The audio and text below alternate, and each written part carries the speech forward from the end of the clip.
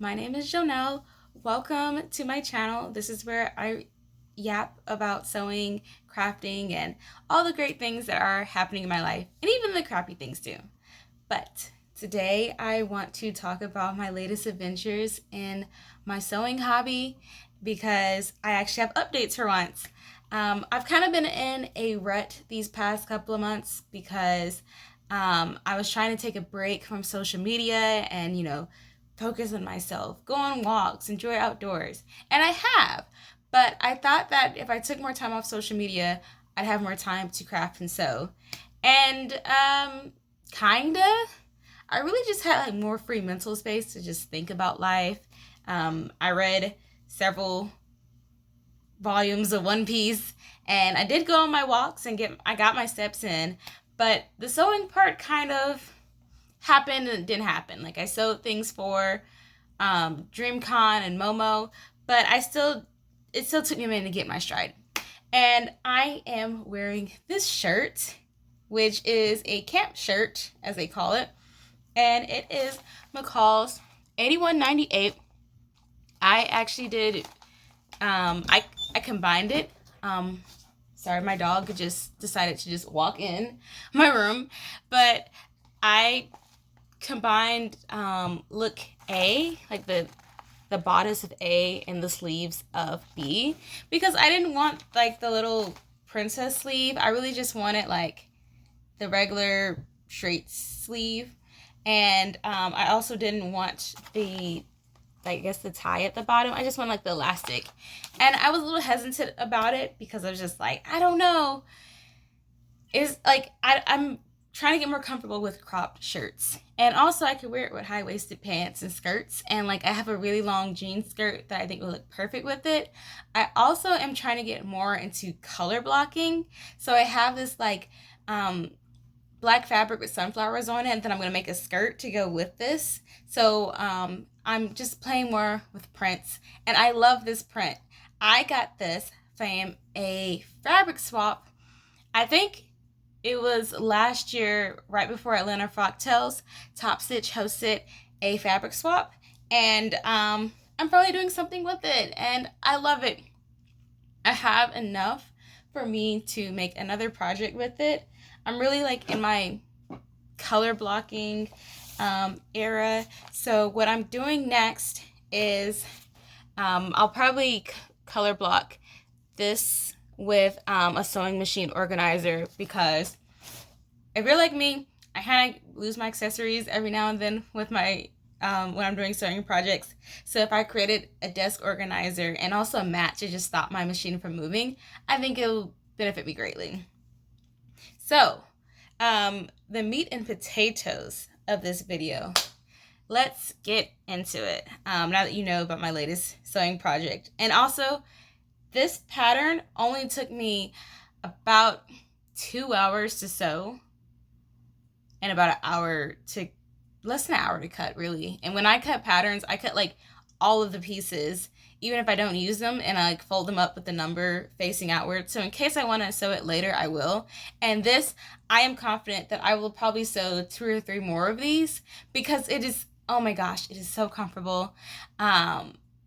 I made this like last night, and it's hard for me to take off because it's so cute, and it's perfect.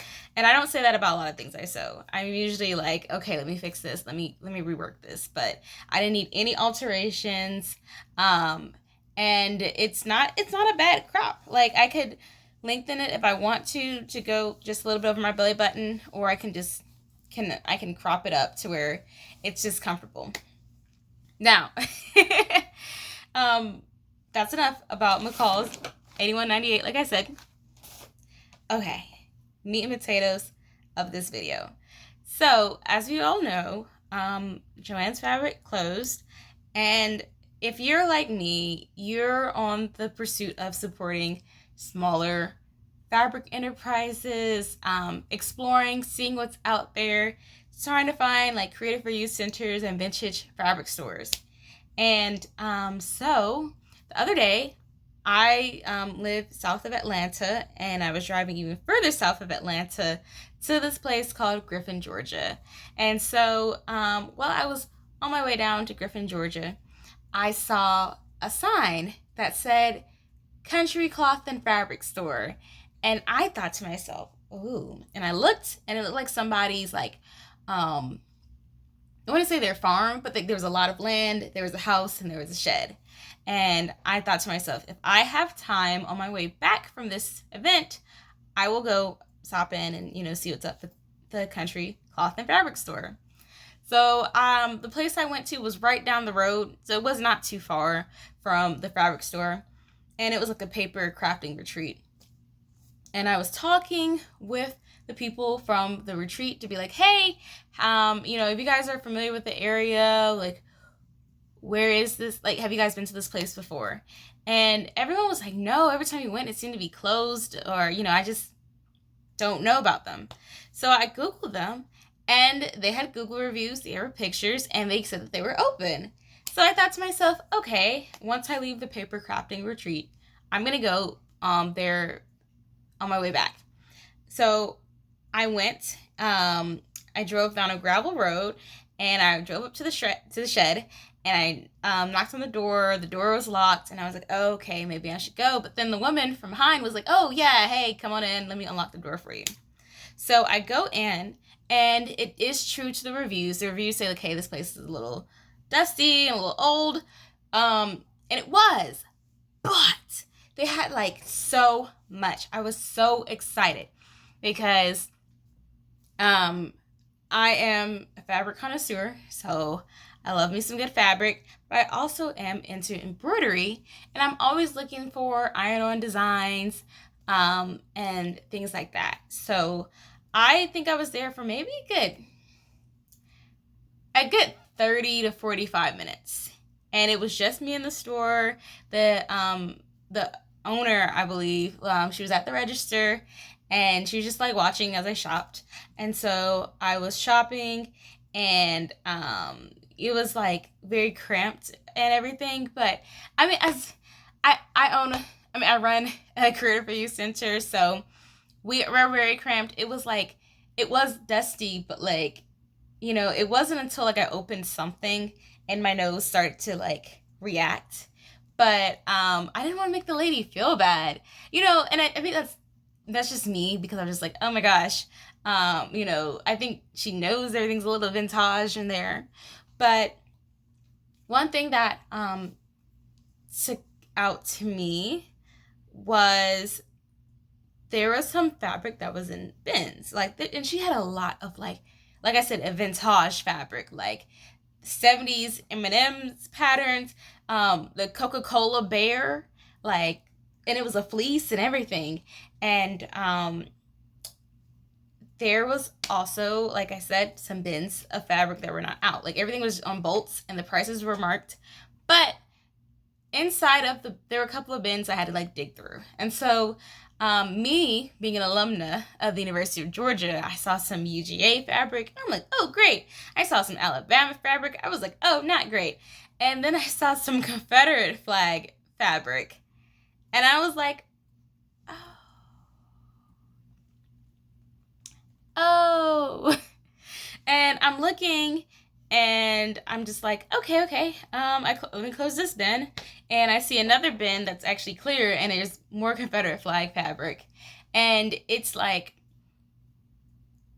as someone who is mildly interested in becoming a service designer, I am kind of like in awe of how many different ways can you incorporate a Confederate flag into fabric design. Because it wasn't like it was just a huge like Confederate flag. Like, it was like Confederate flags, like motifs, like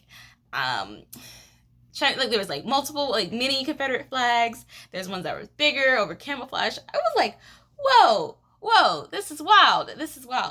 And so I just, I kind of just was like, okay, that bin, I'm gonna get this UGA fabric under this Confederate flag fabric, and I'm gonna keep it pushing, because it's Georgia, it is the South, and a lot of crafters craft their experience, their human experience, and the Confederate flag is a part of a lot of people's human experience in the South. So I keep shopping. And I'm actually going to show you guys what I got, because, you know, you might be like, dang, why'd she keep shopping when she saw this Confederate flag fabric? Like, whoa. Because I understand that there are people who are going to use that fabric, okay? I don't want them to. If it was up to me, I'd burn it. But I'm not gonna buy it and burn it. Like, I feel like there was this weird era in like the late 20 teens where people bought stuff out of spite when they were treated terribly. Like, there are people like, I went to Louis Vuitton store and I was profiled, so I bought the whole store. And it's like, what? Like, no, like don't do that. And so I left the fabric there. I kept shopping. They had notions, they had embroidery patterns, and there was a lot of things. And so I'm gonna show you what I got. This bag was not what I got from there, but underneath that Confederate flag fabric was this UGA fabric. And it kind of goes with it when you think about it, because a lot of Georgia fans are considered not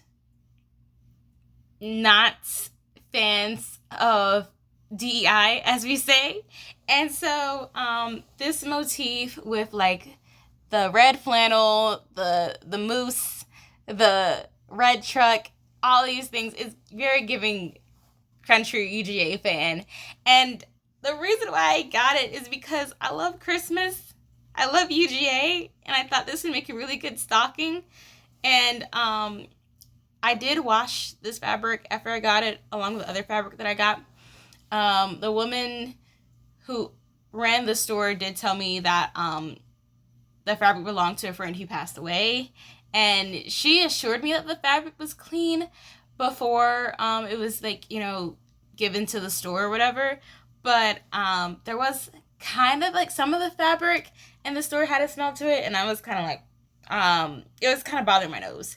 So and people are always asking me, like, when you go thrifting, do you wash the fabric and things like that? And I'm like, you should, especially, like, I've never had an issue with things that I've thrifted, especially like textiles.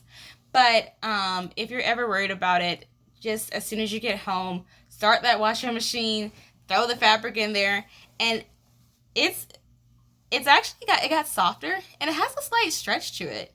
So I'm like really loving this fabric. And then there's another fabric that I got that was also from one of the Confederate flag bins, and I'm just like, why did this lady eat like this? Like, why do you have Confederate flag fabric on top of like really cool vintage fabric? And this fabric, it wasn't vintage. Or let me see if the selvage has any information. Maybe that's how we know.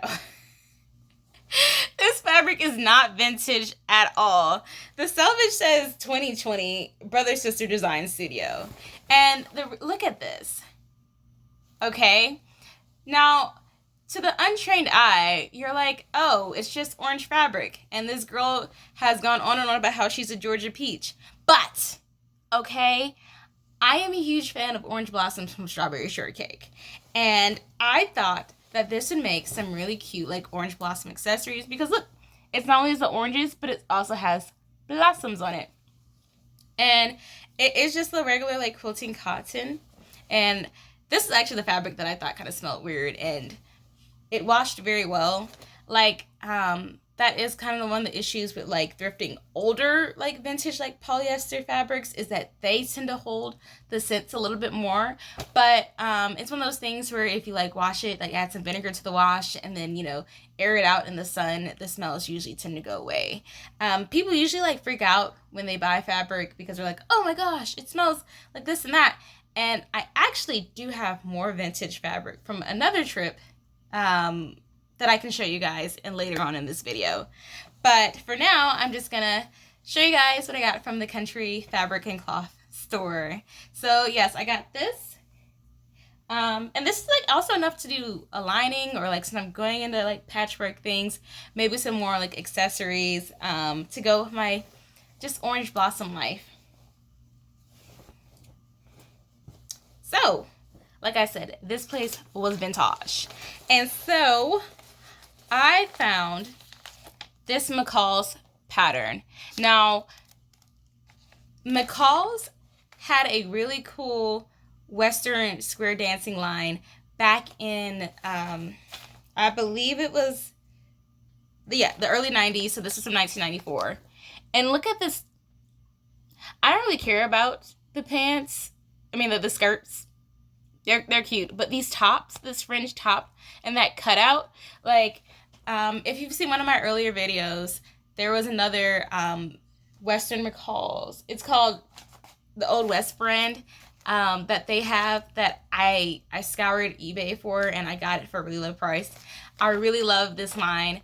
There are a couple of like vintage sewing pattern crossovers, I guess, that I really love and that I'm always on the hunt for. The Old West brand is one of them, and also like Essence magazine, like Black Women Essence magazine, has their own line of patterns as well that I'm always on the hunt for, and they're so cute. So more things that I got because you know, I told myself, I was like, look, I'm at the store. This stuff is vintage. This stuff is also things that might have gone in the landfill. And a part of my journey in sewing is me being able to express myself.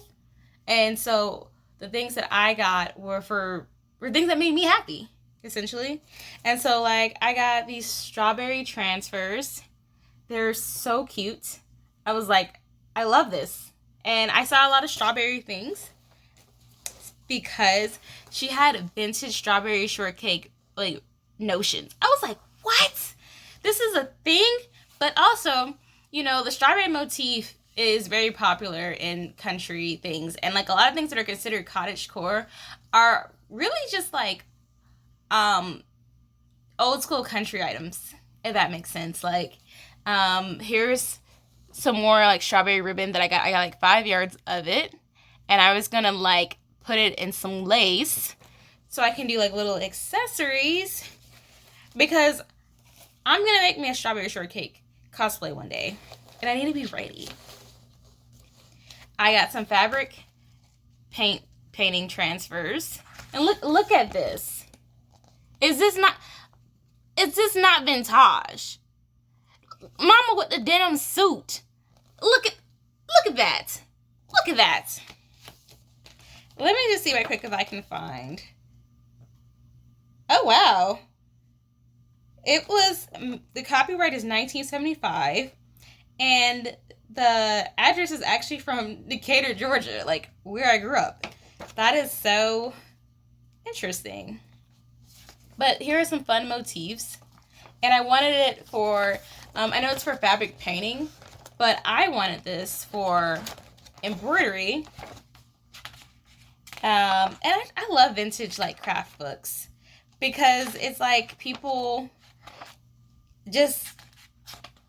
were so creative, and they had these really cute like explanations, and they wrote in cursive. And so look at this. These are border prints, and of course they have a strawberry one, but they also have a little mushroom one and little hearts and things. And there's a brand I found that I really like online called Morning Witch, and they have these motifs in their brand. And I'm not going to try to like make a complete knockoff of Morning Witch, but there were some motifs that I wish they had in it. So now that I have these embroidery transfers, I can make the designs how I want to.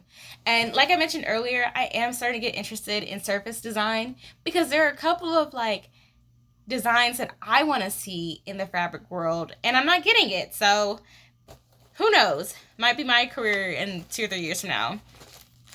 So more iron-on patterns. These are little Western ones. Some cowgirl boots and cacti. And then here's another one. They're called Desert Symbols. And I really like these. And I want to embroider these designs. So like here it is. You can just iron it on. And then more vintage strawberry shortcake. Look at these ribbons. Isn't it cute? And it says life is the berries, and it's old school strawberry shortcake. I like the old school, like original strawberry. I also like the 2004 iteration because that's the one I grew up with. Yeah. And then more strawberry ribbon. Look at this. Look at this. What was a little strawberry shortcake fan to do? Like, oh God, I'm a shop. So then I also saw these vintage Muppet and crewel kits, or you can also use embroidery, but it comes with the yarn, and it also comes with the pattern and everything. So I got one for animal, and I got one. Why can't I remember his name? Gonzo. It's right there. Gonzo with the chicks. And it says numero uno with chicks. I was like, okay, yes. You got me. You got me. I'm getting this. And last but not least, I got these little rainbow letter iron-on patches for all of my little rainbow friends. Because, look, they even give you design inspo on the back. You can put it on a bag, you can put it on a shirt and everything. And so I have some inspiration, like some little pride. It's July, Pride's over for now. So these are cute pride gifts I got some ideas for. So that's for all of the things that I got from the Country Fabric and Cloth store. And I waffled back and forth about writing them a Google review because I don't know if I should mention the Confederate flag fabric there. Like, you can see in this video my excitement and joy about the vintage strawberry shortcake and the vintage Muppets and all these things that I saw. But I also had to go through the Confederate flag fabric to get to where I wanted to go. And so I know there are other Black people who are uncomfortable by this. Like, they don't want to see it. And I totally get it. Like, you know, I, like, my grandmother's the daughter of sharecroppers, and, you know, we talk about how far we've come, and yet, you know, things like this are still revered, and people still make art based on it. So it's like, how do we balance, like, thrift shopping in general when we're confronted with the ugliness of our past as a country, as a culture, as a region? Like, how do we do that? But I would just tell people, like, if you're going to shop, go shop. It's a small business. And, you know, we need to keep crafting alive as well. And the woman, even though she said it was her friend who passed away, who was the original owner of the Confederate fabric, in which she didn't say that was her friend's Confederate flag fabric. When I told her I got the fabric from the bins, she also mentioned that the bins were fabric from her friend. So, and I don't know how close this woman actually was to this other woman. Like, Griffin, Georgia is relatively small compared to, like, you know, Atlanta. And so they might have been in community with each other. They might have been friends to some degree, but maybe they weren't, like, best friends, bosom buddies. That wasn't really for me to know. It was kind of awkward. And, like, also the checkout process took like 15 minutes because she used like an old school calculator, and then she put it in the register, which was also old school, and then she put it in Square. So if you're gonna go, give yourself time to, like, get rung up, and also, like, you know what it is. You know what it is. But I did have some more fabric that I wanted to show you guys, so I will be right back. Okay, I'm back. So first and foremost, remember when I mentioned that my dog came into my room earlier? Why didn't this girl take my little chopper that I got as a gift for myself from DreamCon? Like, it's all covered in her saliva and everything. But this was something that I got at DreamCon because I like to keep little plushies in my dashboard. And I also love Chopper, and it's strawberry Chopper. I I think after you watch this video, you'll probably think I'm obsessed with strawberries. I kind of am. Okay, like, you can even see my strawberry shortcake fabric in the back. Like, I think it's healthy for us to find one thing or two or three things and motifs that just make us happy to look at. Because, like, I do like the taste of strawberries. I'm growing some. I make strawberry syrup and things like that. But honestly, strawberries just make me happy. They just do. Along with, like, lemons and bees and honeycomb looking things, and I like pastel things. I like I don't know, like, I'm still trying to figure out, like, what it's called, but, like, people know that to brighten my day, they'll give me something strawberry themed or strawberry flavored, and it kind of just, like, helps me function. And I think we should be more vocal and active in our pursuit of surrounding ourselves with colors and images that make us happy, because it's very grounding. Because, like, you know, my craft room is painted purple, and I love it. Like, I love this color purple. It makes me so happy. I love the color of this shirt, this gold, like, and even, like, the gold chain that I wear and these gold earrings, like, and I just dyed my hair, like, this red, and I love it. Like, life has been very stressful, but when I look in the mirror and I see myself in colors that make me happy and I just feel good, like, I feel better. I feel like I'm able to endure what's going on, because at least, you know, my desk has a cute accessory. My sewing machine is covered in stickers that make me happy. Like, if you watch this video, I just want you to be relentless in the pursuit of the things that make you happy. So there's that. And also, I really like One Piece. I really like Chopper. I think he's adorable.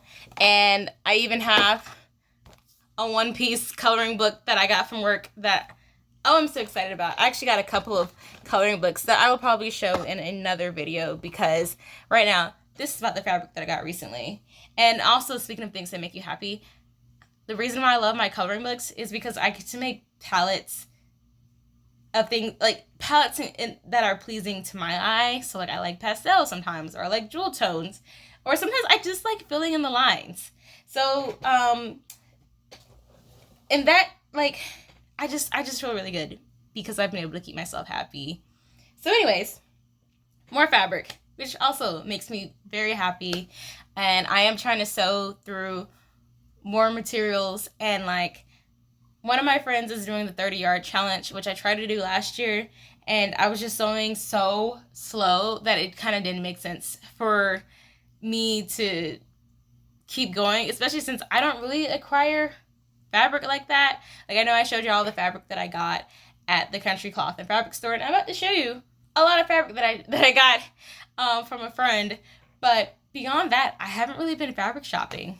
Like, I don't really feel like I've been inspired by the fabric that I see.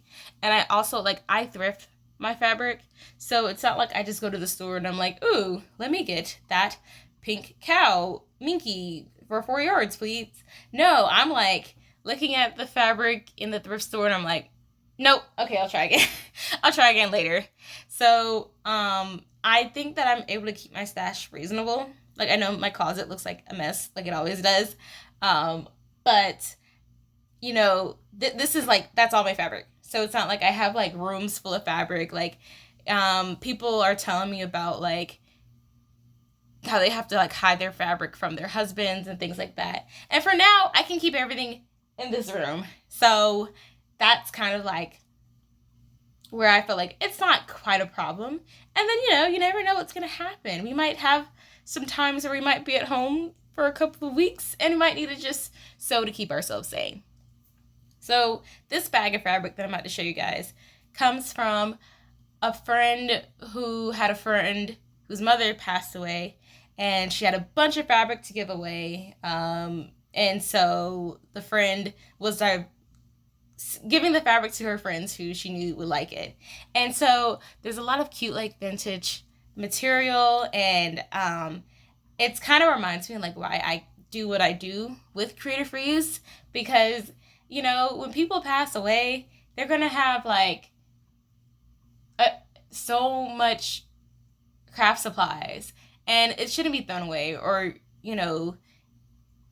given to like a thrift store that's going to throw it away. It should be given to people who want it, or to an art supply thrift store. So I'm going to show you what I got and just some ideas that I got for that fabric.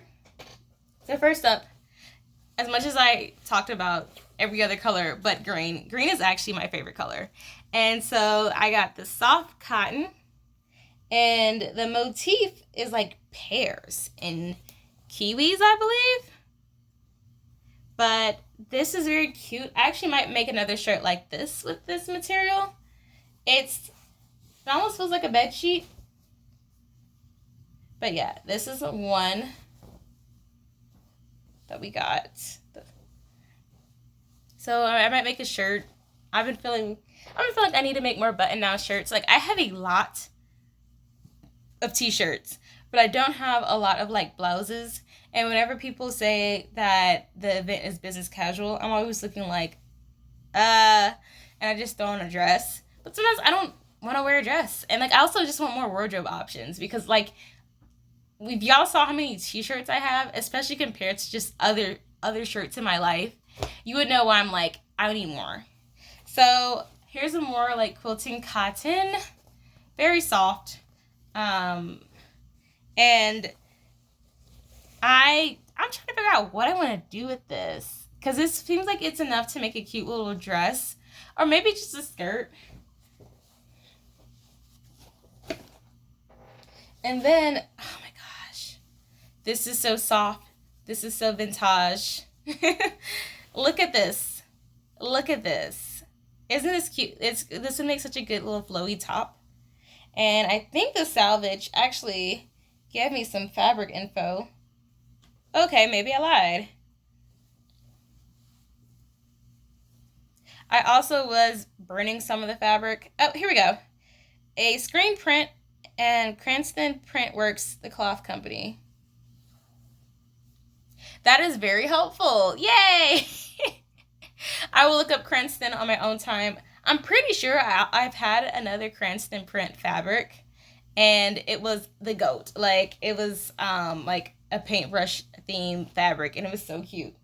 So, and Cranston is really hard to find, actually, because I was looking for the other fabric that I had thrifted from Cranston, and it was just hard to come across. So I got some lace, and I was like, this is good for a good overlay, maybe a sheer top. I am trying to sew things that are a little bit sexier this year. Will I sew it? Probably not. I mean, well, will it be sexy? I don't know. Like, hell, I feel like this shirt is sexy. So, like, because I feel good in it. And that's really the most important part of sex appeal, is if you feel good about what you're wearing and the things around you. I don't know why I keep going back to this, but I really just hope and encourage you guys to like seek the things that make you happy. So here's another really great hexagon vintage paisley print. Look at this. So my mom is a 70s baby, and this screams my mom's time. And if I made some little hot pants to go with this hot shirt, there we go. 70s sexy. I've been on Pinterest looking up old school Frederick's catalogs, because they used to put it on back in the day. And, Frederick's of Hollywood, it's considered like lingerie. But they were covering more than like a lot of the famous lingerie brands now, because they were focused on like showing off curves. They were or cleavage. Like, there was other ways to show sexy beyond like showing skin. And maybe that's where I'm going in my journey to do more sexy sewing, like showing off my figure, because I love my figure, and I do love my skin. My skin is great, but I think playing with my silhouette is where I'm gonna feel the most confident in. Here's some more. Look at this. I really might make my mom something. If anything, these make good scarves. And it's all soft. It's so soft. Soft cotton. You can't beat that. especially after a good wash. And like all this fabric smells amazing. Like sometimes I've thrifted some fabric and it's like straight to wash, like the fabric earlier, okay? And there's nothing like, it also speaks to the integrity of the material that it's been able to survive so many decades without so much as a stain. Like the fabric that was at the Country Fabric and Cloth store was not stained. It was just a little dusty. So, and it was still intact. Like nothing disintegrated. Everything was cool. So here's a more like orange blossomish fabric that I saw. Now this fabric is a little stiff. I did do a burn test, and the fabric melted, so it is a synthetic fiber, which isn't bad. Like I know people are like, I hate polyester. Polyester is bad. Yes, polyester is bad. But hear me out. When you are thrifting and you are saving things from the landfill and you're giving it another life, if it is polyester and you're instead of you throwing it out, you're making something with it and extending its useful life, then you're doing better than just letting it sit there and letting it throw it out. Also, one of the reasons why people back in the day used to wear so much underneath, like we had like the long johns underwear and they had like slips and things, was to protect their skin from their outerwear. So if you're like, I love this fabric, it's polyester, but I don't know if it's good for my skin, then make it an outerwear garment. So you're having more layers of protection from the garment itself and your skin, if you're really that worried about it. But I don't think it would leach harmful chemicals if it doesn't have a smell, because there are some old school fabrics that no matter how hard you wash them, they're going to smell. And that's because of the chemicals that were used in the dyes and things like that. And that might be when you have to take a pause and be like, do I really want this like in my home, on my body? Because you might decide like, I like this material, but it seems like it is not really good for apparel, but maybe I can use it for an accessory around the house or even like outdoor usage as well. And then this is another material that I also burnt because I cannot get a read on this fabric. Like, okay, first of all, it's green and it's fabulous. It's green plaid. And I was like, yes, I love it. Like, give me a dress. Give me a jacket with this. And so you see, like, it frays normally. And it had, I'm trying to think of what is it called in the fibers? Like, it almost like it has the little skips in it, like how old school silk does, or well, new school silk does it too. But I could not tell if it was a natural or synthetic, and I think it might actually be a blend, because when I burned different parts of it, it did ash, but it kind of like had a slow ash to it. And if you're not familiar with the burn test, you can just cut off a square of fabric. Do not burn the entire piece, but just cut off a square and you burn it and you look at the ash as it burns. So if it ashes, that means it's more of a natural fiber. If it melts and has a chemical smell, then it's a synthetic fiber.